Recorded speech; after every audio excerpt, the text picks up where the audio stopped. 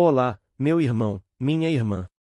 Hoje nós mergulharemos nas raízes do cristianismo, quando o evangelho germinava na terra, e descobriremos algo que pode sacudir sua fé. Muito do que Allan Kardec trouxe não foi invenção moderna, está lá, no cristianismo primitivo. Você sabia que, antes mesmo dos concílios, os cristãos primitivos falavam de alma, reencarnação, mediunidade?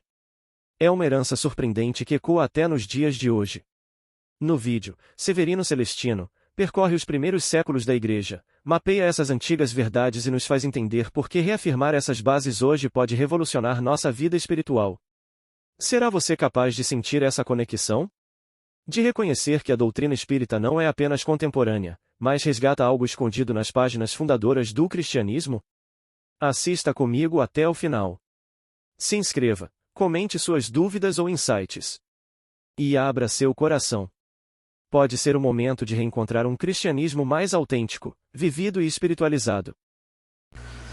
Então nós vamos hoje convidar vocês para fazermos algumas reflexões acerca do cristianismo primitivo e o seu relacionamento com a nossa querida doutrina espírita, que na verdade, quando Jesus se despede dos discípulos, ele promete que não nos deixaria só e enviaria um outro Consolador. Então nós vamos trazer algumas observações. É lógico que nós não vamos ter o tempo suficiente, porque nós vamos fazer um resumo mais ou menos das últimas pesquisas nessa área.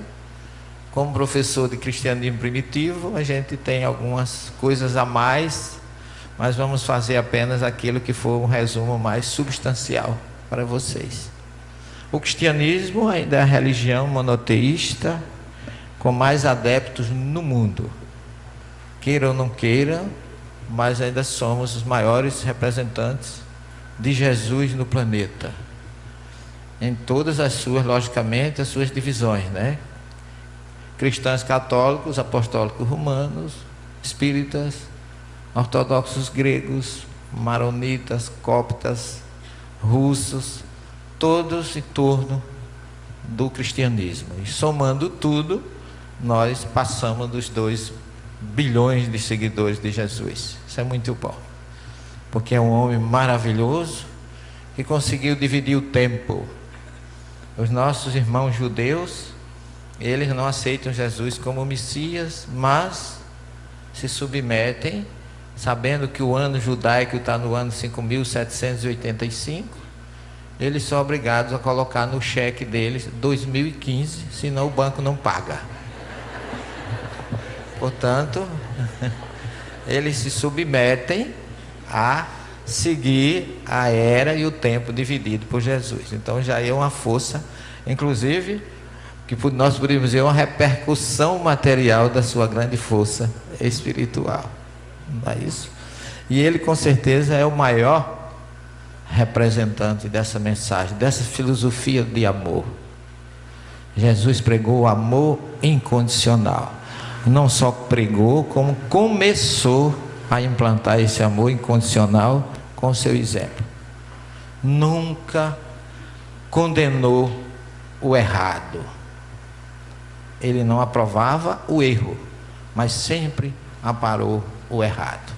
Nunca afastou aqueles que a sociedade de então discriminava e dizia que muitos deles o criticavam, dizendo: esse homem com certeza não é profeta, porque senão ele não estaria com esta pessoa, com Zaqueu, com a adúltera e com tantas outras. E ele vencia essas barreiras porque ele veio para defender a justiça e a igualdade. E a sua entrada triunfal em Jerusalém marca muito bem o seu poder espiritual repercutindo no material. Que Jerusalém era o centro da força política e religiosa. Por isso que Jesus não começou o seu ministério em Jerusalém, começou na Galileia, onde tinha pobres, doentes, e aproximadamente 90% dos seus habitantes eram analfabetos. Daí porque Nós vemos lá no Apocalipse, João dizendo: bendito ou feliz aquele que ouve a mensagem desse livro, ou lê a mensagem desse livro. Porque as pessoas iam para as praças, leem para quem não sabia. Era uma caridade ir ler aquela mensagem nas praças para os analfabetos entenderem, como acontecia no nosso interior, lá da Paraíba. Eu ainda criança, eu ia para a feira com meu pai, e os cordelistas iam ler os seus folhetos na feira, e a gente ficava assistindo. Quem não sabia ler ia ouvir os escritos dos outros. Então Jesus falava disso, que naquela época a dificuldade era muito grande, além do preconceito. Havia quem dissesse que quando Deus queria punir um homem, isso na antiga Palestina, o fazia casar com a mulher da Galileia. Por aí vocês vejam o tamanho da discriminação. Quando Filipe encontra Natanael e diz: Natanael, encontramos o Messias, e vai todo entusiasmado. Ele pergunta: de onde ele é? Ele é de Nazaré. Aí Natanael diz: de onde já se ouviu dizer que de Nazaré saísse alguma coisa que prestasse? Então Jesus olha para ele e diz assim: aí está aí um judeu de verdade, que conhecia o princípio. Ele, como judeu, sabia daquela conduta daquele povo. Mas aí Jesus, com a sua sabedoria, disse: Natanael, eu te conheço, eu te vi debaixo da árvore, lembra-te quando tu estavas? Aí ele: cala-te, Senhor, não continua. Como é que tu sabe disso? Alguma coisa Natanael estava fazendo que não deveria ser boa, né? E aí, com aquela revelação que Jesus começou a fazer, ele se entregou totalmente, e a partir daí o seguiu. Porque a força e o poder é sempre a força e o poder. Nós temos aqui um quadro muito bonito do filme, que todo mundo já deve ter visto esse filme, Jesus entrando em Jerusalém triunfalmente. Só que a igreja prega que essa entrada aconteceu em que dia? Em que data?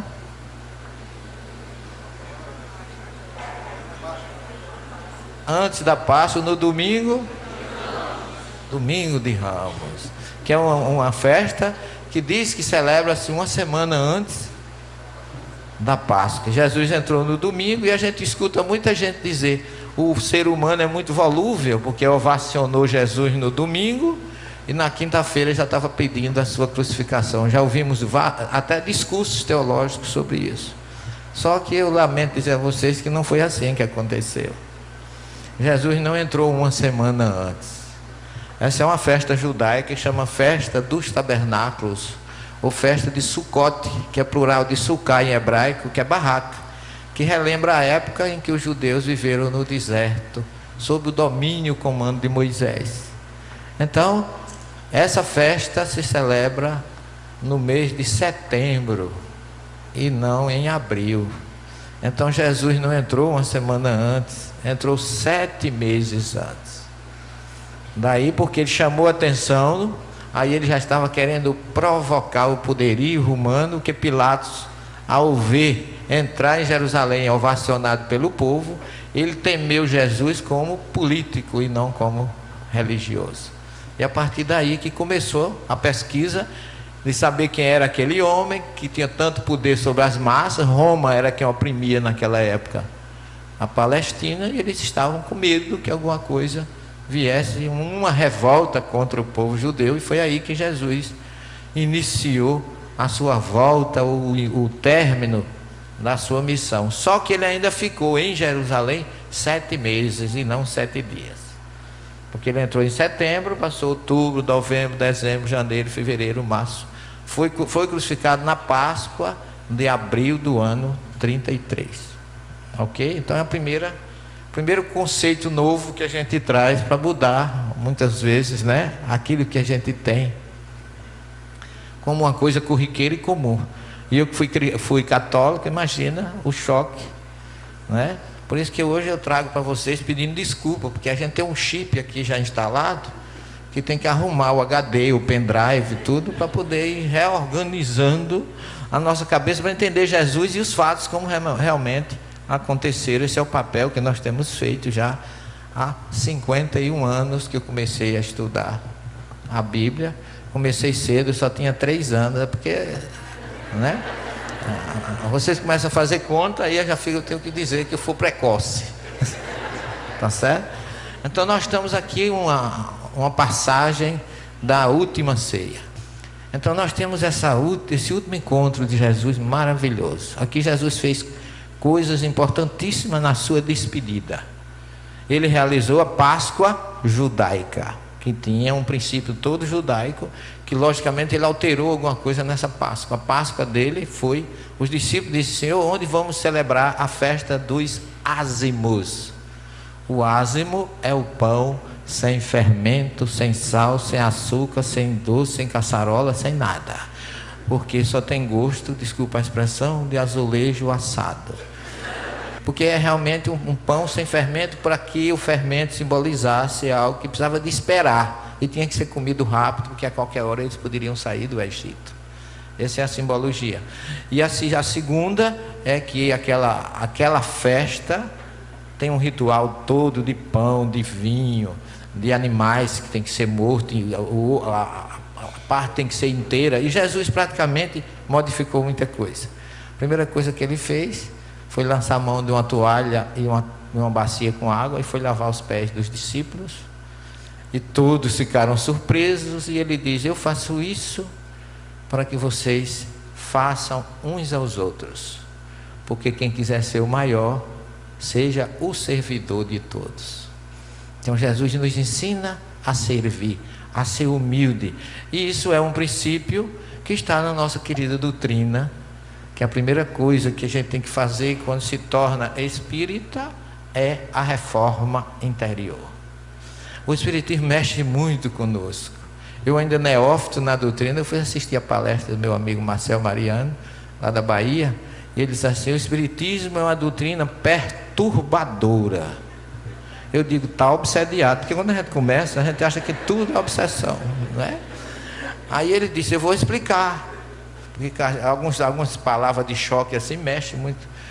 Eu vou explicar. Eu não estou contra a doutrina, é que o espiritismo, quando entra na gente, ele nos perturba no sentido de que a gente mude, que a gente seja melhor, que a gente não continue na letargia que a gente vivia, que a gente passe a ser algo diferente. Então é uma perturbação positiva, propulsora de uma reforma íntima. Então é isso que Jesus deixou. Se você quer ser o servidor de todos, comece mudando, seja humilde, seja simples, fraterno, sociável, amável, amigável. Traga o seu amor e entregue para aquele que está ao seu lado. Então Jesus começou assim, quer dizer, não era algo que tinha na Páscoa. E depois ele começa a fazer profecias, falar que alguém o entregaria e não o trairia, como muitos de nós pensamos. Judas não traiu Jesus, fez o papel mais difícil, porém um dos mais importantes. Sem ele não haveria o cumprimento das profecias. Jesus prediz isso, prediz a negação de Pedro, e depois realiza a sua ceia, fala do pão e do vinho, simbolicamente, como fosse o seu corpo e o seu sangue, e depois, ao terminar, os discípulos começam a se entristecer, porque ele declara durante aquele momento que seria a última ceia, a última refeição nesta existência que eu realizarei com vocês. Imagina a situação, a cabeça daquele pessoal. E aí Jesus olha para ele e vê aquela tremenda tristeza. E João, o discípulo bem amado, nos narra assim com um sentimento realmente profundo e espiritual: não se turbe o vosso coração. Credes no Pai e credes também em mim. Eu vou ao Pai e rogarei a Ele que vos envie um outro Consolador, que ficará convosco até a consumação dos séculos. Então Jesus deixa uma promessa de que nós não ficaríamos desamparados, que Ele cuidaria perfeitamente da sua ausência sentida, que veio depois naturalmente com a sua crucificação. E ele escolhe os discípulos e traz essa frase. Depois que ele faz toda a sua escolha, ele deixa o que é a base ou a raiz do verdadeiro cristianismo: proclamai que o reino dos céus está próximo, curai os doentes, ressuscitai os mortos, purificai os leprosos, conduzi os demônios e não expulsai. É uma palavra que não está de acordo. Jesus nunca expulsou ninguém de perto dele. Ele amava indistintamente. Lá do outro lado do mar da Galileia, lá em Decápolis, quando ele se aproxima, aqueles obsediados começam a gritar de longe. Jesus ainda não tinha dito nada. Filho de Elohim, que tens contra nós? Como é que Jesus podia ter alguma coisa contra ele? Jesus não tinha falado nada. Bastou a sua luz se aproximar dele, já sentiram a força de Jesus e eles foram conduzidos. Nós é que realmente, mesmo orientados a conduzir, muitas vezes a gente sofre, bate, pede misericórdia e o Espírito diz: daqui eu não saio. Você, meu irmão, precisa perdoar. Quem é você para me orientar o perdão? Porque a gente tem que ter moral para isso. Porque conduzir a entidade, a primeira coisa que você tem que ter é moral. Por isso que Jesus fala: conduzir os espíritos, dai de graça o que de graça recebeste. Não leveis ouro, nem prata, nem cobre nos vossos cintos, nem alforje para o caminho, nem duas túnicas, nem sandália, nem cajado. Então esse texto, para mim, muita gente não lê. E é aí que, como professor de ciência das religiões, aqui não como espírita, mas como professor de ciência das religiões, que eu tenho estudado desde a origem do sagrado até o neopentecostalismo, sem puxar a brasa, não estou falando como espírita, mas como pesquisador. A religião ou doutrina que mais se aproxima dessa orientação de Jesus ainda é a doutrina espírita. E que isso não sirva de orgulho para nós. Pelo contrário, responsabilidade, estímulo para manter a cristalinidade pura da mensagem de Jesus. Está em nossas mãos. Ainda são ou ainda representa um grupo que se preocupa muito com os outros. Quando eu fui lançar o meu segundo livro, o Evangelho, o Sermão do Monte, um pastor da igreja de Betesda de Copacabana veio apresentar a nossa obra, meu amigo de saudosa memória, pastor Neemias Marien. E ele chegou na nossa casa, estávamos preparando a sopa daquele dia, e eu fui mostrar a ele os panelões, e ele sentou na mesa, e entre lágrimas ele recitou Mateus 25, 31 a 46. Eu tive fome e me deste de comer. Eu tive sede e me deste de beber, estava nu e me vestiste, fui preso e me visitaste. E no final ele, entre lágrimas, disse: eu gostaria tanto que os meus irmãos protestantes fizessem 1/10 da caridade que vocês fazem. Eu não estou dizendo isso para dizer que somos os melhores, mas creio que somos os mais sintonizados com a mensagem de Jesus. Isso é importante. Não nos orgulhemos, mas vistamos a camisa. Lembremos desse homem que não tinha interesse de receber nada em troca de nós, e deu a própria vida pela mensagem, pela ratificação de que o seu amor ficasse entre nós. Eu vim para que todos tenham vida, e que todos tenham vidas plenamente. Esse foi o papel de Jesus. Ele falava que o maior verbo que existe é o verbo servir, que é usado pelos seus escolhidos, por Abraão, por Moisés, por Paulo e por Maria de Nazaré. Eis aqui a serva do Senhor. Então é um verbo que Jesus coloca: eu e meu Pai servimos até hoje. O dia tem 12 horas. Ele fala isso após curar o paralítico da piscina de Betesda, ou probática, lá em Jerusalém, porque criticaram que ele tinha feito isso no dia de sábado. Ele diz: o dia tem 12 horas para quem é trabalhador, mas para quem é servidor, o dia tem 24 horas. Eu e meu pai trabalha, e eu trabalho até hoje. Traduzem assim, mas não é meu pai que trabalha e eu trabalho. Meu pai serve e eu sirvo até hoje. O cristão autêntico e verdadeiro não tem horário. Nós espíritas não podemos, ao receber um telefonema às 10 horas da noite, que tem alguém necessitado com processo obsessivo, a gente dizer, olha, meu expediente terminou às 18 horas. Isso é talmúdico. O Talmud diz assim, você quer servir a Deus, olha que coisa interessante. Trabalhe. E depois que terminar o seu expediente de trabalho, vá servir a Deus. Quer dizer, você tem que separar, como diz Jesus, o que é de César e o que é de Deus. Então quem ama, quem vive a serviço de Jesus, não tem horário. E também não tem salário. Porque a gente nunca ouviu dizer, olha, Jesus não saiu hoje pela Galileia, porque o sindicato da Galileia decretou greve. E Jesus está no movimento grevista de Nazaré. Nunca ouvi dizer isso. Ele estava sempre à disposição, 24 horas por dia, e nos deixou essa responsabilidade.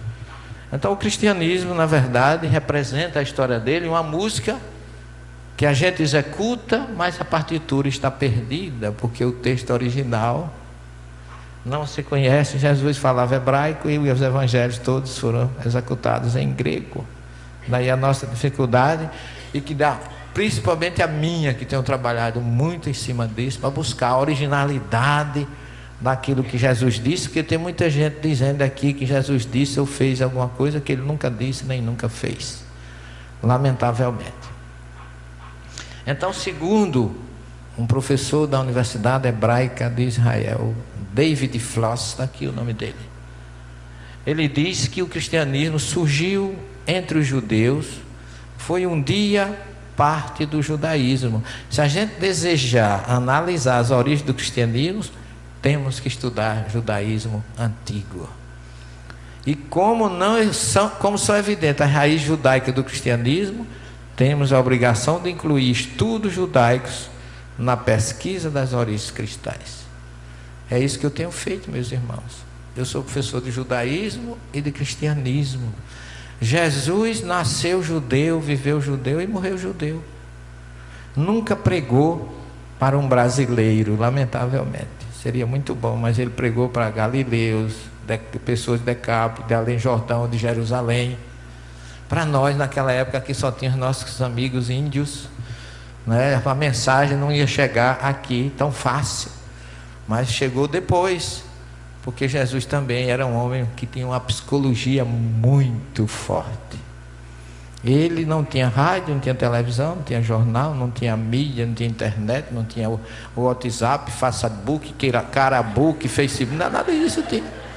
Mas ele precisava de uma forma de difundir a sua mensagem.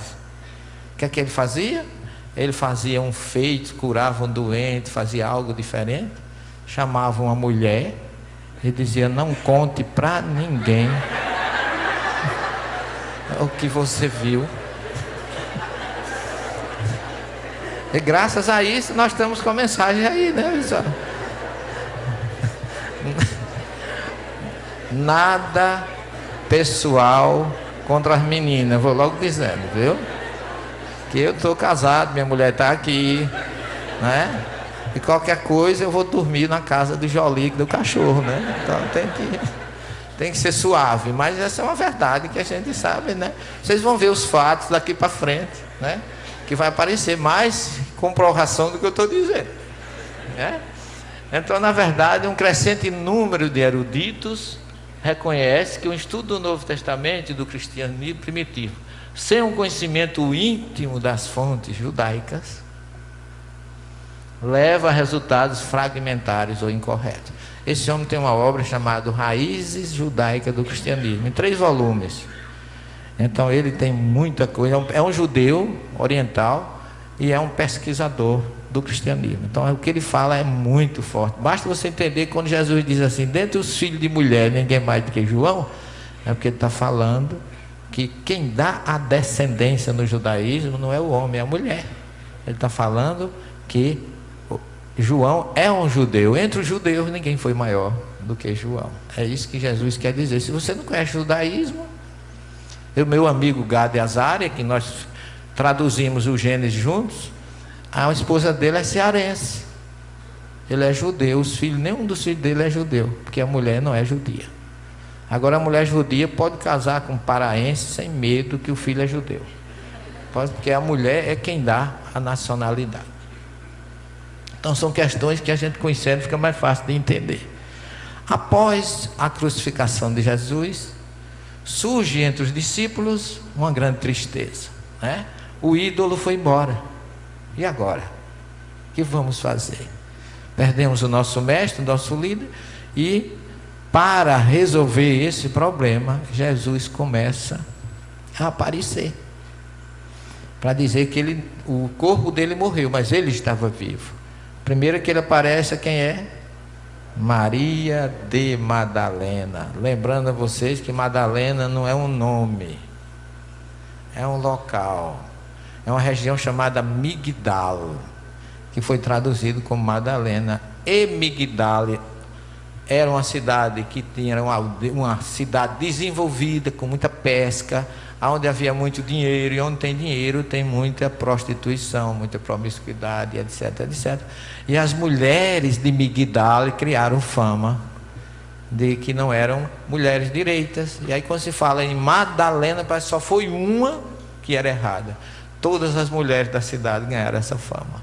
Então não existiu só uma Madalena, com certeza muitas mulheres dali procuraram Jesus, que ficava pertinho, em Cafarnaum. Aqui nós vemos a estrada de Emaús, quando Cleófas e Tadeus vão caminhando e Jesus se aproxima, e eles estão numa depressão, numa tristeza imensa, e nem olham para Jesus e dizem assim: você com certeza não passou em Jerusalém, você não soube o que aconteceu? Crucificaram o nosso mestre. Eles estavam realmente tristes. Jesus vem jantar com eles e já começa a confortá-los. E aí vem uma pergunta: quem seria o sucessor de Jesus? Que nós temos, hierarquicamente, teologicamente, eu queria fazer só um parênteses para dizer a vocês que o verdadeiro cristianismo vigorou entre o período que vai da ressurreição de Jesus, crucificação e ressurreição, até o concílio de Nicéia. Até o começo do século IV, o primeiro, segundo, terceiro século, foram séculos de cristianismo autêntico. Porém, a partir do concílio de Nicéia, quando entra a política romana com Constantino, o cristianismo, com seus concílios e as suas alterações, mudaram, perdeu-se realmente a cristalinidade do nosso cristianismo. Porque há uma pergunta aqui: quem foi, Pedro ou Tiago? Que Tiago era esse? Fala-se de Tiago maior, Tiago menor, mas tinha um terceiro Tiago, Tiago, irmão de Jesus. E Jesus tinha irmão? Tinha. Leia Marcos 6.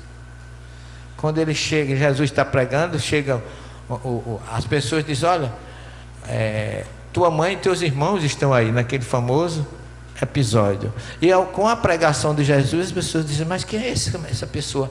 Esse homem é tão sabido, não é ele o filho do carpinteiro de José, irmão de Tiago, Simão, Judas, Tiago, Simão, Judas e José? E não são suas irmãs? Não fala o nome, mas ele tinha no mínimo 2 irmãs, porque está no plural no Evangelho de Marcos capítulo 6. Então Jesus tinha irmãos. E o sucessor dele, como muita gente pensa que foi Pedro, oficialmente foi Tiago, quem representou a igreja, a comunidade, porque não é igreja. A palavra hebraica kahal é comunidade. Nós aqui somos uma comunidade.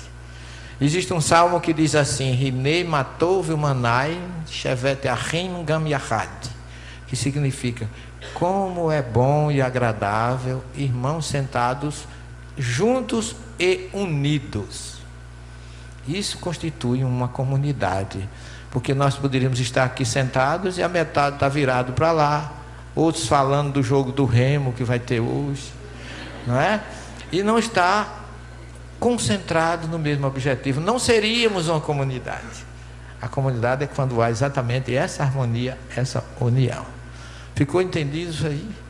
Então quando vocês lerem lá 7 igrejas do Apocalipse, nunca houve 7 comunidades do Apocalipse. Depois de Constantino, ele foi construindo igrejas com Helena, sua mãe, onde aconteceu alguma coisa, mas o termo correto é comunidade. E no caso, quem dirigiu as comunidades, a primeira e maior em Jerusalém foi Tiago, o irmão de Jesus, por 30 anos. E Tiago defendia um cristianismo judaico. Ele dizia: seguir Jesus sem esquecer Moisés. Então era a filosofia de Jesus e da família, porque o livro de Atos diz: toda a comunidade primitiva era assídua ao pão e à oração, dividiam tudo que tem. O Jesus e seus irmãos, sua mãe Maria e os seus irmãos seguiram a comunidade, se uniram a eles e tinham todos o mesmo objetivo. E quem dirigia era Tiago.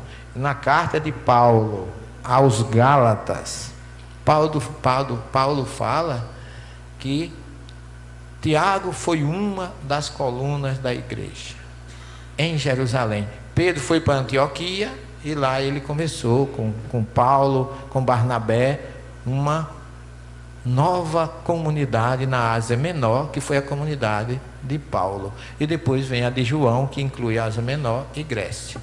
Como a de Paulo também tem essa mesma abrangência. Paulo, Tiago, irmão do Senhor. Tem um evangelho considerado apócrifo de Tomé ou Tomás, que lá no versículo 14, os discípulos chegam e perguntam: mestre, quando não estiveres mais entre nós, a quem seguiremos? E Jesus responde: quando eu não estiver mais aqui, ide a Tiago o justo, para quem os céus e a terra foi criado. Então o verdadeiro sucessor de Jesus foi o seu irmão Tiago. Pedro obedecia a Tiago. Pode ver que muitas vezes ele dizia: conte a Tiago o que aconteceu. Está lá no livro de Atos, que é um livro repleto de fenômenos mediúnicos.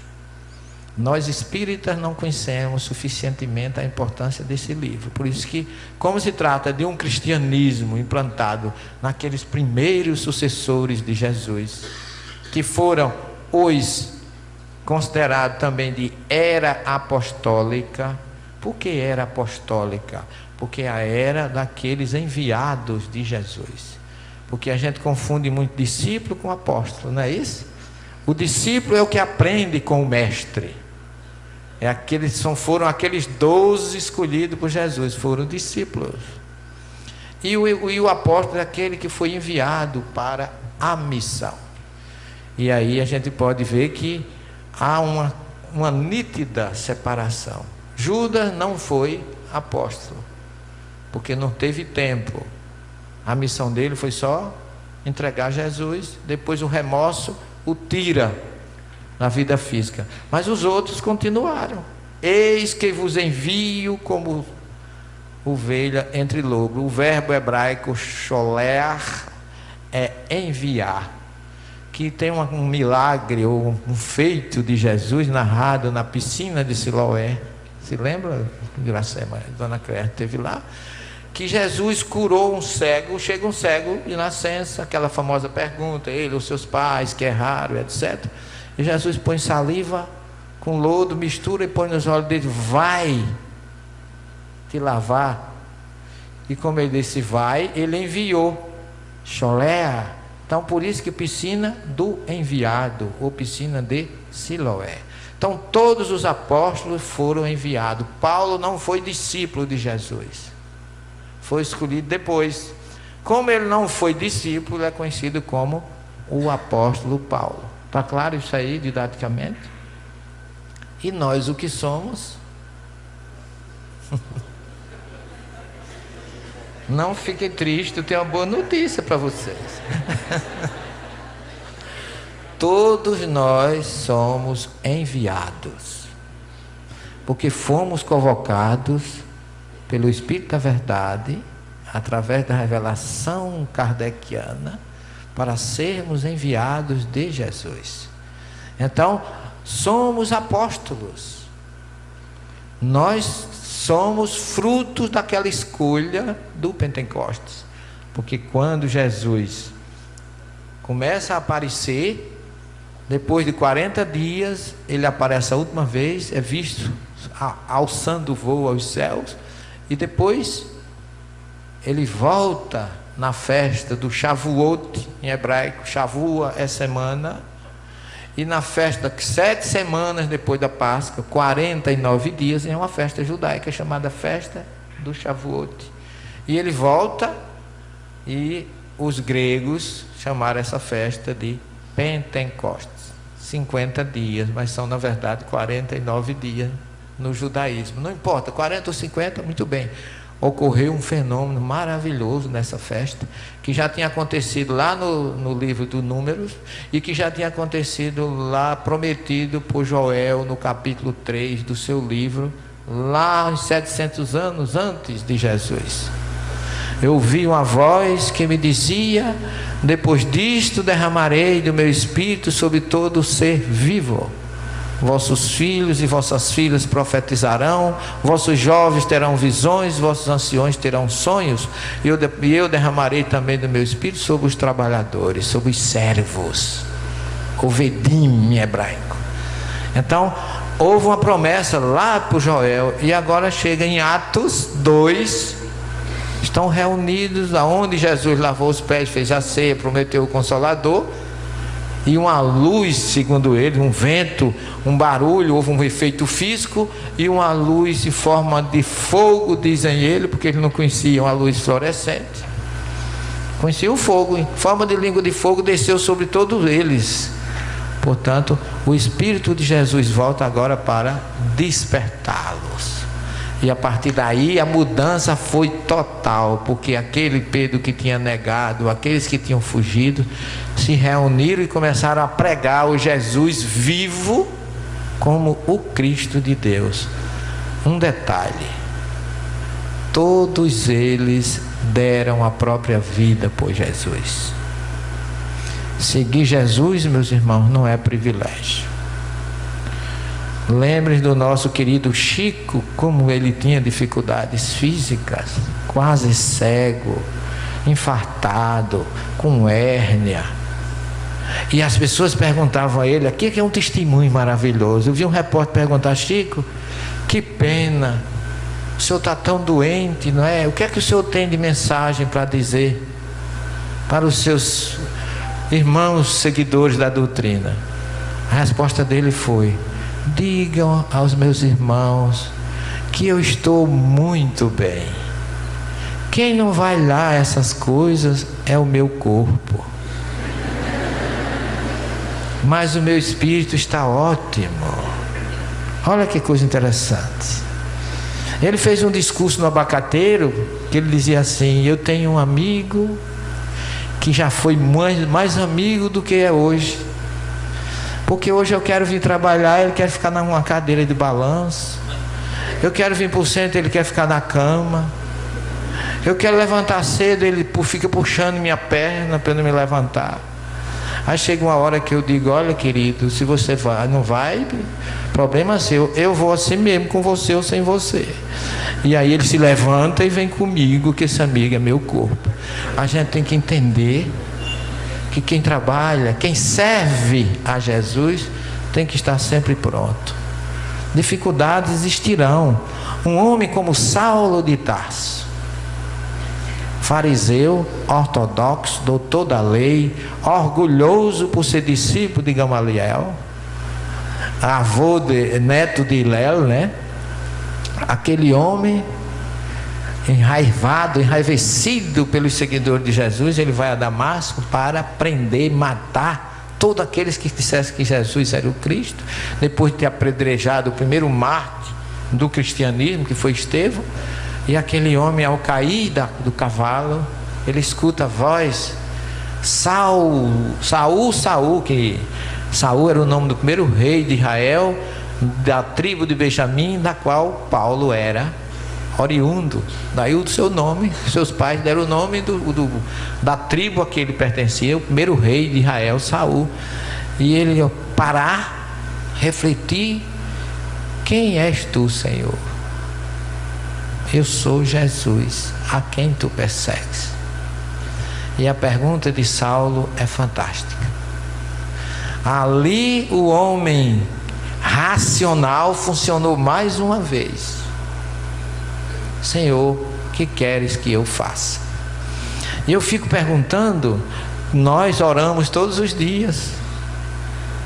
Quantas vezes nas nossas orações a gente pergunta a Jesus: Senhor, o que queres que eu faça? Muita gente só se lembra de Jesus na hora da dor, não é? Na hora da viagem. Muitas vezes, professor, eu vou viajar quarta-feira, faço uma oração aí, peço um irmãozinho para me acompanhar. Eu digo, meu filho, os discípulos não são guarda-costas, não. Você que vigie e ore, é o que Jesus orienta. Não podemos depender, achar que somos tão dependentes que os espíritos têm que nos carregar nos braços. Não. Saulo, a partir daí, meus irmãos, deu a própria vida por Jesus. Nunca reclamou, foi apedrejado, apanhou, sofreu horrores, dormiu em cavernas, foi mordido por escorpião, por víbora, naufragou. Tudo que possa acontecer com alguém, aconteceu com Saulo de Tarso. E ele nunca abriu a boca para dizer assim: eu não vou mais fazer nada por esse homem não, que só me acontece coisa ruim. Pelo contrário, ele erguia o queixo e dizia assim: já não sou eu que vos fala, mas Jesus que fala por mim. Ele estava totalmente envolvido com essa energia de Jesus. E por que não permitimos nós que essa energia nos envolva, nos invada? O planeta precisa de nós. Nós precisamos restaurar essa mensagem cristalina desses heróis apóstolos que deram todos a própria vida por ele. Temos aí o testemunho de homens que fizeram história. Nós caminhamos pela Turquia já 4 vezes, de Istambul a Antioquia, de Antioquia a Istambul, de Istambul a Atenas, a Coríntios, aquela região da Grécia aonde Paulo passou com a sua sabedoria, com a sua inteligência, porque quando Jesus escolheu Paulo, meus irmãos, não foi por acaso. Saulo era judeu, conhecedor da Torá. Então o que ele precisava para que ele tivesse argumento para conversar com os judeus. Mas ele, pela expulsão que ele mesmo começou, não teve lugar em Jerusalém, foi pregar na Ásia Menor. E na Ásia Menor, onde vivia naquela época o Império Bizantino, Bizâncio, Constantinopla, todos dominados, aquela região todinha, por Roma. Como Paulo ia trabalhar ali se ele não fosse cidadão romano? E quantas vezes ele não se livrou, quantas vezes ele não foi poupado por ser cidadão romano? Em Éfeso, em Atenas, cidade da apologia dos filósofos gregos. E nós chegamos em Atenas e sentimos o que Paulo sentiu com aquela ágora, onde está as estátuas aos ídolos daquela época, os deuses gregos. E esse homem chegar ali e levar uma mensagem, falar para os estoicistas e epicuristas sobre o Messias. E muitos sorriram na cara dele. Só que Paulo era crânio. O cara era excelente observador. Jesus estava com ele. Quando ele chega, que ele começa a ver os ídolos da praça, ele vê um Deus a isso, Deus aquilo, Deus tal, Deus que de todos os lados. E lá no final tinha uma estátua, o Deus desconhecido. Ele disse: é por aqui que eu vou trabalhar. Aí chega no Areópago e diz assim: eu trago para vocês o Deus desconhecido de Atenas. Ele se chama Jesus ou Cristo. é muita inteligência. E ele tinha esse senso de observação que a gente precisa ter. Mas lamentavelmente a mensagem dele também não foi nem está sendo assimilada como deveria. Porque quando Tiago é morto no ano 62, em 70 Jerusalém é destruída, acabou o cristianismo de Tiago e da família de Jesus, aquele judaico cristão que é esse que nós estamos buscando. E o cristianismo de Paulo prevaleceu, só que o cristianismo de Paulo sofreu uma influência muito grande da política. Porque Paulo vai a Roma, a gente pensava que Roma ia se cristianizar, mas foi o cristianismo que se romanizou. Igreja Católica Apostólica Romana. E aí nós temos hoje, fruto dos concílios, um cristianismo que lamentavelmente foi esquecido. E a responsabilidade como espíritas, com a mensagem do Espírito da Verdade, de que a doutrina trazida pelo Consolador tenta ressuscitar ou reviver o cristianismo de Jesus, a nossa responsabilidade é muito grande. O Espiritismo tem já, graças a Deus, muita força pela sua moral, pelas caridades que praticam, porque os nossos irmãos que defendem a salvação pela fé e pela graça não sabem que fé em hebraico se diz emuná, e emuná é exercício do bem, portanto prática do bem é a própria fé, exercício do bem em favor do que nos cerca. E graça vem do hebraico ren, que significa regeneração. Então você tem que praticar o bem e se regenerar, mudar, ser diferente, se você quiser encontrar Jesus. Foi isso que Paulo quis dizer e que Tiago também diz, irmão de Jesus, na sua carta: mostra-me a tua fé sem obras, que eu te mostrarei a minha fé pelas minhas obras. A fé sem obras é morta. Então nós temos aí o fecho que estão nas epístolas aos Efésios de Paulo e o texto de Tiago. E temos o Espírito da Verdade trazendo, através de Kardec, o nosso princípio: fora da caridade não há salvação. Caridade é outra coisa não muito entendida por nós, mas que estava em todo o princípio do cristianismo primitivo. Como é que eles eram? Em comunidades, faziam a oração em conjunto, dividiam e distribuíam com os pobres os gêneros que eles tinham. Por isso que escolheram os diáconos, porque eles precisavam pregar o evangelho e eles não poderiam fazer esse trabalho porque eles se entregavam à pregação da mensagem. Obrigado, minha filha, de Jesus. Por isso que surgiram os diáconos. Mas eles estavam ali servindo, distribuindo a mesa, fazendo distribuição e tudo. Então, fazendo exatamente o que está no Evangelho de Mateus. Então não podemos acreditar que a fé simplesmente cega, ou a fé sem as obras seja suficiente.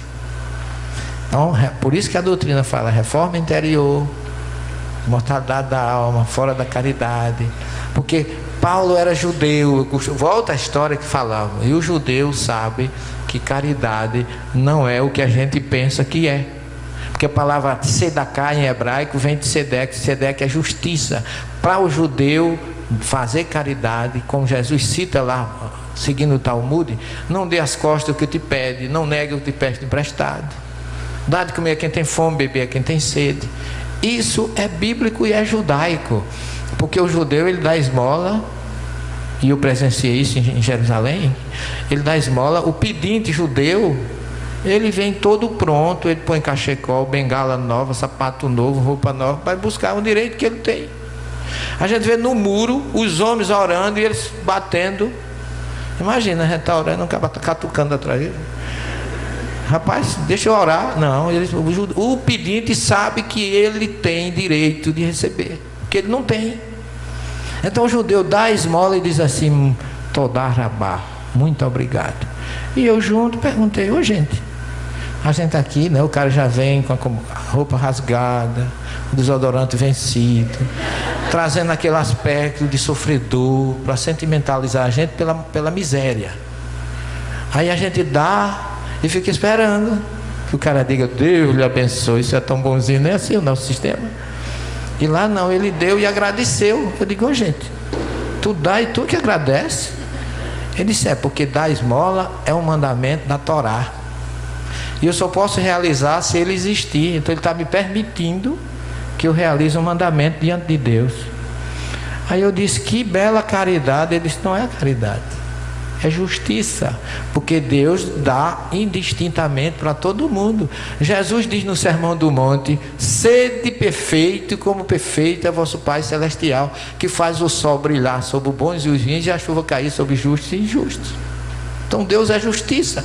Então ele diz: Deus dá indistintamente para todos. Se eu tenho e ele não tem, está havendo uma injustiça. Catacumbas, e ali dentro ficavam os mortos, e a catacumba de São Sebastião, que é uma catacumba cristã, onde Paulo e Pedro pregavam lá dentro. Ela tem, meus irmãos, 36 quilômetros debaixo do chão. São 12 quilômetros cada nível. E lá dentro a gente entra em fila indiana. É avisado logo: quem sofreu de claustrofobia não entra. A gente entra, não pode fotografar, não pode filmar. Mas toda vez que não pode, dá uma agonia na gente, não é? Já notaram? Eu não sou Paulo não, mas para algumas coisas eu sou Kengo. Então éramos 32. E a nossa guia era aquela pessoa assim, que eu podia dizer, minha alegria, era mais baixa do que eu. Então ela ia na frente, e eu fui o 16º depois dela. E do 16º aí eu filmei o que eu queria, fotografei o que eu queria. Aqui no livro tem algumas fotos, não sei se ela vai ver, mas já está aqui, não tem mais jeito, né? Porque eu não fui lá para brincar, fui lá para pesquisar, né? Mas o ambiente ainda hoje mexe muito conosco. Tem um local lá que a gente se reúne, faz uma prece, e o que a gente pode ver ali é impressionante. Ainda se tem as energias daquela época.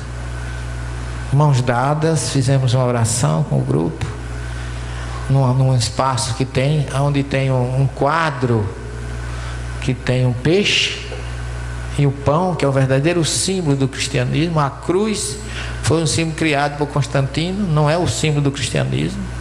Daí porque temos que pensar no pão da vida e no peixe do convite de Jesus. Oramos, nos emocionamos bastante e saímos refletindo sobre a perseverança daqueles homens que, feito ratos, serviam a Jesus nos subsolos, confundidos muitas vezes com idólatras, porque isso foi ajudado nessa época, porque o romano fazia festa de aniversário quando morria um ente querido, e ele achava que os cristãos estavam ali fazendo a mesma coisa. Então, de certa forma, foi uma forma do cristianismo sobreviver. E eu aconselho quem quiser ver isso mais de perto, assista o filme Covades, que é um filme que mostra para vocês como foi o incêndio de Roma por Nero e a perseguição que os cristãos sofreram. Dali nós vamos para Capadócia, encontramos debaixo do solo cidades inteiras onde viviam os cristãos. 10 metros, 15 metros debaixo do sol. Você vai descendo, quanto mais você desce, mais frio fica. Eu não tenho claustrofobia, mas eu também senti umas coisas lá que não foi muito. Mas é um lugar que mostra a perseverança desse povo. Então nós tivemos gruta em Antioquia, catacumbas em Roma e cidade subterrânea na Capadócia, na Turquia. E toda essa história desse cristianismo, ela foi muito vivida por Filipe, que morreu em Herápolis, crucificado com a sua família, servindo Jesus. Em toda aquela região da Antioquia, ela tem uma marca muito forte do apostolado de Paulo, de Maria e de João. João, com seu amor pela recomendação que Jesus fez a ele na cruz: filho, eis aí tua mãe, mãe, eis aí teu filho. Ele cuidou de Maria até o fim. Levou Maria para Éfeso, depois de Éfeso ele levou para uma montanha, que é a montanha de Bilbul, em turco significa montanha do Rouxinol. E ainda hoje o Rouxinol canta lá. E ali Maria viveu sua vida inteira trabalhando e servindo aos doentes. E João saía, fundava uma comunidade de Esmirna e voltava. Saía, voltava, fundava uma comunidade de Sardes e voltava. Laodiceia e voltava. Filadélfia e voltava. Se vocês olharem o mapa da Ásia Menor, todas as 7 comunidades de João são em torno de Éfeso. Porque Maria estava ali. Ele não podia deixar. Paulo em Éfeso viveu os seus últimos, na sua terceira viagem, ficou 3 anos em Éfeso, pregando. Tinha uma loja lá na Ágora, porque a Ágora todo mundo traduz como praça, mas não era uma praça. A Ágora era como se fosse um quadrado, como está aqui. Cada lado desse quadrado tinha lojas para quem podia, tinha condições financeiras. No meio ficava a turma da geral. Um menino que vendia chiclete, chocolate, biscoito wafer, embaré, né? Vendia frutas. Eu não sei se tinha açaí, mas vendiam tudo. E era como se fosse a Ágora, um local onde todas as pessoas da cidade se encontravam. Então era o ambiente ideal para se divulgar o cristianismo. Então Paulo ficava ali. Paulo ficava ali fazendo o seu proselitismo. E Paulo tinha um poder de persuasão tremendo, muita força. Ele foi conversar com um cônsul romano, falando de Jesus, e um homem veio atrapalhar. Não siga ele não, esse camarada está com conversa mole. Aí Paulo disse: você quer atrapalhar a mensagem de Jesus? Pois a partir de agora eu ordeno, fica cego. E o cara ficou na hora. E o cônsul no instante aceitou Jesus. Eu não sei porquê, mas na hora ele aceitou. Obrigado, meu filho. Era o poder da força e da persuasão. Paulo teve uma loja em Éfeso que diz que ele não vendia nada, era só o ponto. Para ali ele difundir a mensagem de Jesus. Ficou 3 anos. E quando ele chegou na Anatólia, ou Ásia Menor, a Anatólia é dirigida por deusas mães. A mais antiga deusa mãe da Anatólia é uma estátua de terracota com o ventre bem desenvolvido, simbolizando a mãe gestante, os seios prominentes, feito em terracota. É a deusa mãe da Anatólia, ou Ásia Menor. E depois vieram os gregos com Artemisa, que é na época que Paulo está lá. Só que Artemisa dava muito dinheiro aos ourives da cidade, que produziam estátuas, joias em homenagem a Artemisa. Paulo começou a dizer Deus não está em estátua, nem em bijuteria, nem ídolo nenhum. Jesus é único. E essas bijuterias, essas joias são todas ídolos falsos. Imagina. E ele persuadiu tanto o povo que o pessoal deixou de comprar. Imagina, causou um problema sério, porque o chefe dos ourives, Demétrios, fez um movimento para apedrejar e matar Paulo. E foi um movimento muito sério. Chegaram na Ágora, o governador da cidade romano foi lá e prendeu Paulo, porque ele, qual era o resultado, qual era a satisfação que ele ia dar a Roma, que um cidadão romano tinha sido morto em Éfeso. Não daí porque Jesus escolheu Paulo como cidadão romano, porque em várias ocasiões ele se libertou e se livrou por ser romano, e a mensagem continuou até o ponto em que ele quis. E daí Paulo, depois desse episódio, deixou Éfeso, foi para Jerusalém, foi para Cesareia, pegou um barco e foi viver em Roma até os seus últimos dias. Mas ele era tão forte que na prisão onde ele passava, na Mamertino, na Via Ápia, ele conquistava os carcereiros. Até tem lá na Via Hóstia, tem uma imagem na parede, Paulo se abraçando com Pedro na hora que ambos foram ser sacrificados. Porque Pedro, que era não era importante, não era romano, foi crucificado.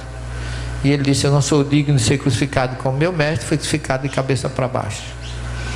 E Paulo foi, como era cidadão romano, teve o privilégio de ser decapitado. E o carcereiro, quando chega, diz assim: me perdoe, eu não sei como terei que fazer isso. E Paulo disse: meu filho, cumpra o seu dever. Jesus me espera. Igualmente a Inácio de Antioquia, que disse: eu quero ser o trigo moído entre os leões para encontrar-me com o Cristo, com Jesus. E nós temos exemplos e mais exemplos dessa natureza que enobrecem aqueles que seguem Jesus.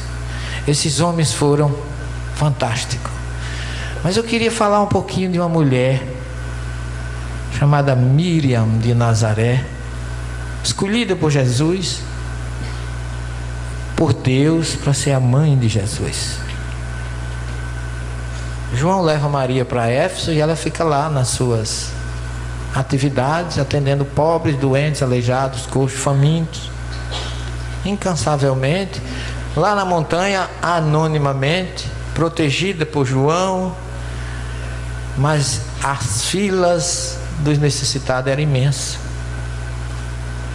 Nós chegamos em Éfeso em 2013, com um grupo, inclusive tinha uma companheira de Natal, a Marlene, a baixinha, professora aqui, não sei se ela está presente. E nós saímos, a nossa guia turca, ela sai muito cedo, porque a gente chegar naquele ambiente logo cedo é maravilhoso, porque não tem ninguém, nós somos os primeiros. E a história da casa de Maria em Éfeso é curiosa, porque ela foi descoberta por uma freira alemã.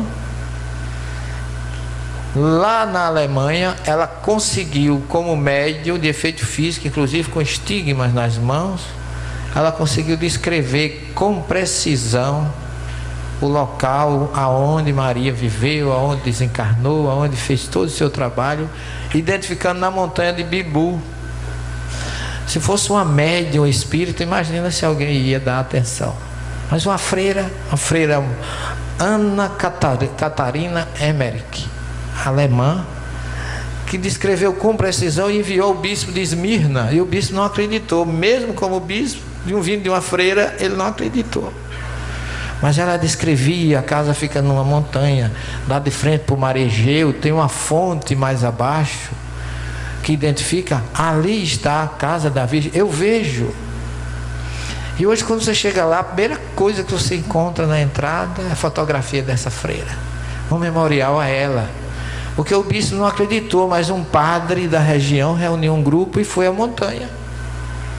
Caminharam bastante, muito quente, o sol, depois de 11h30, acabou a água, eles encontraram os trabalhadores e perguntaram: onde é que vocês poderiam nos dar um pouco d'água? Ele disse: aqui não temos água suficiente para vocês, mas aqui na frente, no meio do mato, tem uma fonte. Eles encontraram a fonte, encontraram os vestígios da casa de Maria. E nós já fomos lá várias vezes, mas é uma experiência assim ímpar. Saímos às 6 da manhã, 6h30, logo cedinho do hotel de Esmirna, fica a uns 80 quilômetros. E eu já senti que sempre que a gente viaja, a gente faz a nossa prece matinal, faz a prece aonde chega que é preciso, e à noite fazemos o evangelho. E falamos do que descobre, do que não descobre. E quando nós saímos, que eu comecei a fazer o evangelho, o sol nascia maravilhoso, aquele sol belíssimo em Esmirna, e eu comecei a sentir uma energia já muito forte. E eu vi um amigo espiritual dizer: preparem-se. E começamos, eu pedi a Paulinha que cantasse Nossa Senhora de Roberto Carlos, e começamos já a nos sentir envolvidos naquele clima maravilhoso, daquela energia. Fomos caminhando, cada um que lesse alguma coisa, que cantasse alguma coisa, mas era sempre em torno de Maria, daquela vibração maravilhosa. Parecia que ela estava nos esperando. A nossa querida Marlene recitou a poesia de Ornélio, Amaral Ornélio, de Chico Xavier, sobre Maria. E ela recitava e as lágrimas desciam pela face. Eu não me esqueço desse quadro nunca. A emoção de Marlene parece que envolveu a todos. Chegamos lá, tinha ninguém. Chegamos, um frade veio nos receber, Frei Ezio, italiano. Olhou para mim: você é padre? Eu não sei porquê, não saiu ainda a marca. Eu digo, não, quase. E ele começou a falar no italiano, paralelo italiano. Eu digo, dou minhas cacetadas, vai falando que eu vou. E fomos nos comunicando ali, parece que a espiritualidade ajuda. E eu jogava um espanhol misturado com italiano, que eu não sabia o que era, e ele também entendia. E entramos na igreja, na casa de Maria, fizemos aquela prece particular. A Paulinha cantou a Maria de Gounod, belíssima, tão quanto o nosso irmão cantou aqui hoje. E a gente já saiu, já ficou num clima assim fantástico, uma emoção incontida. Quando nós saímos, o frade está esperando. O vizinho tem um portão com a placa dizendo assim, em turco: proibida a entrada de não convidados, estranhos, turistas. Ninguém podia entrar ali, é um ambiente privativo. E o frade chega para mim e disse: vem cá, traga o seu grupo. Abriu aquele portão e nos coloca dentro de uma capela, uma igrejinha. Isso aqui, esse pessoal daqui era mais ou menos desse tamanho a igreja. A igreja reservada aos papas que vão visitar a casa de Maria na Turquia. Eu fiquei emocionado quando eu vi, porque ali tem a cama do Papa, tem o banheiro. Eu fotografei tudo para ninguém dizer que eu não fui lá, né? Esse rapaz está mentindo, está obsediado. Eu trago tudo registrado. Aí um parênteses, a minha sogra, ou minha mãe espiritual, era filha de Maria. E ela, antes de ser espírita, ela que engomava as toalhas da igreja.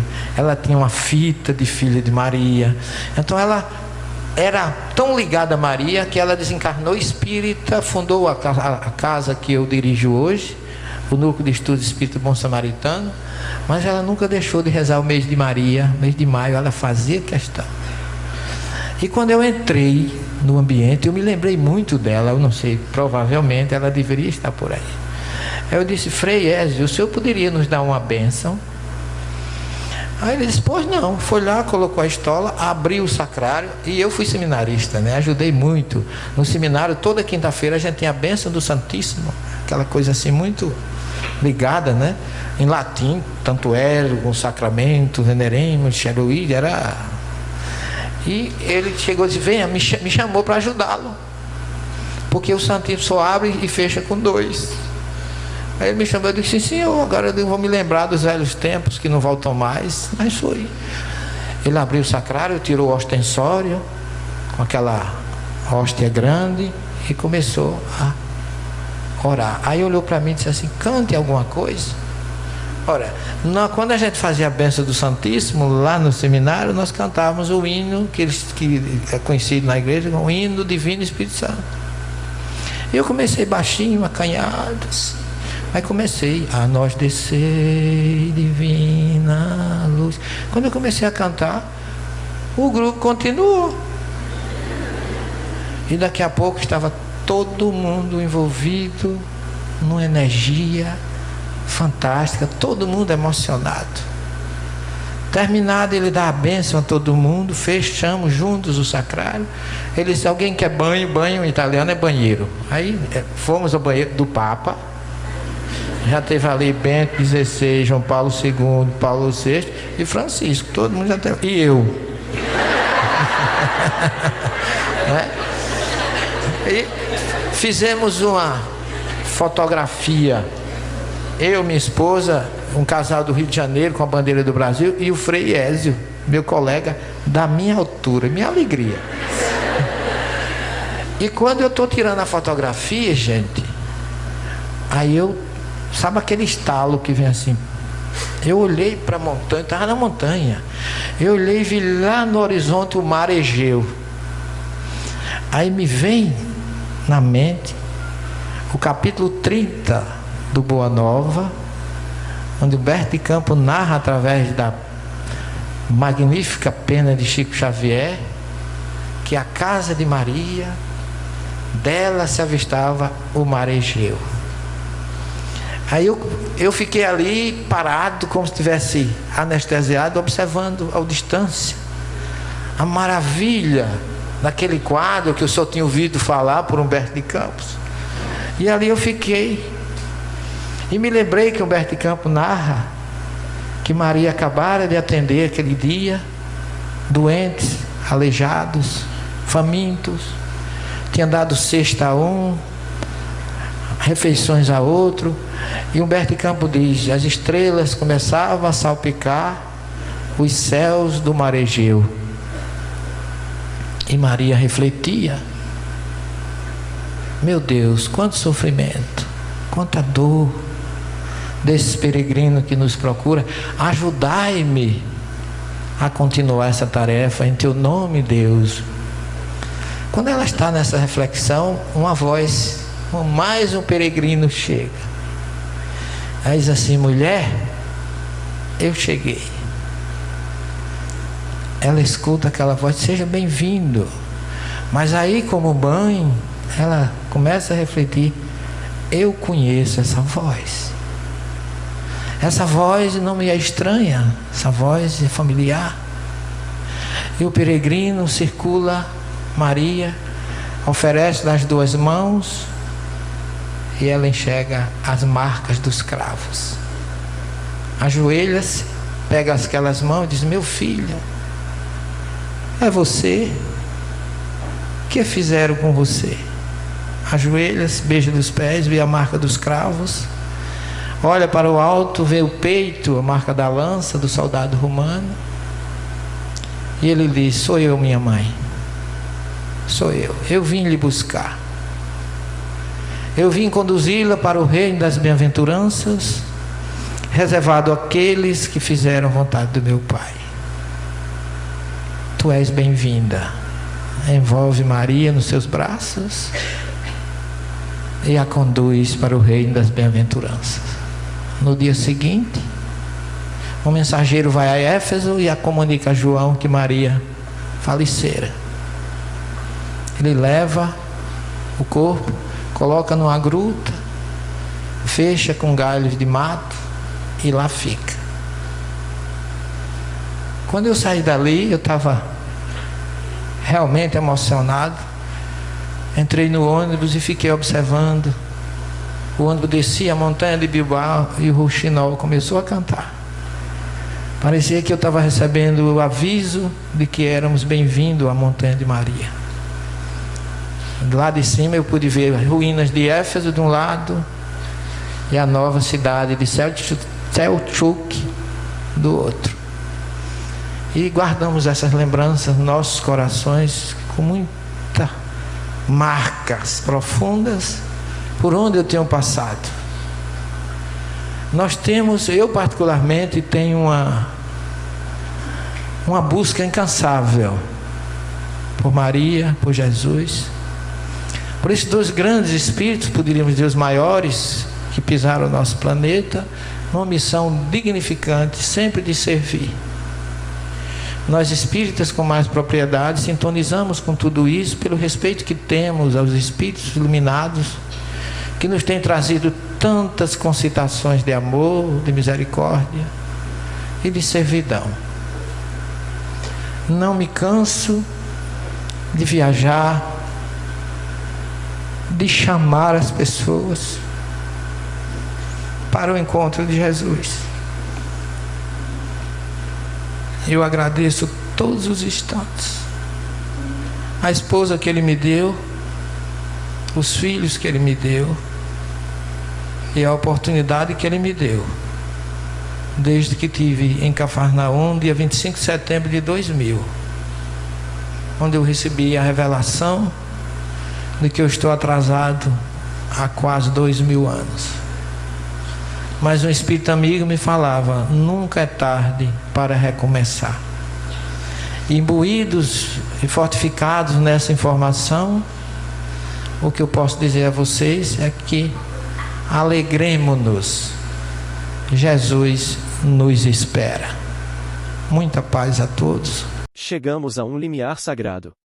O cristianismo primitivo e o espiritismo são irmãos, separados apenas por lentes interpretativas e interesses humanos.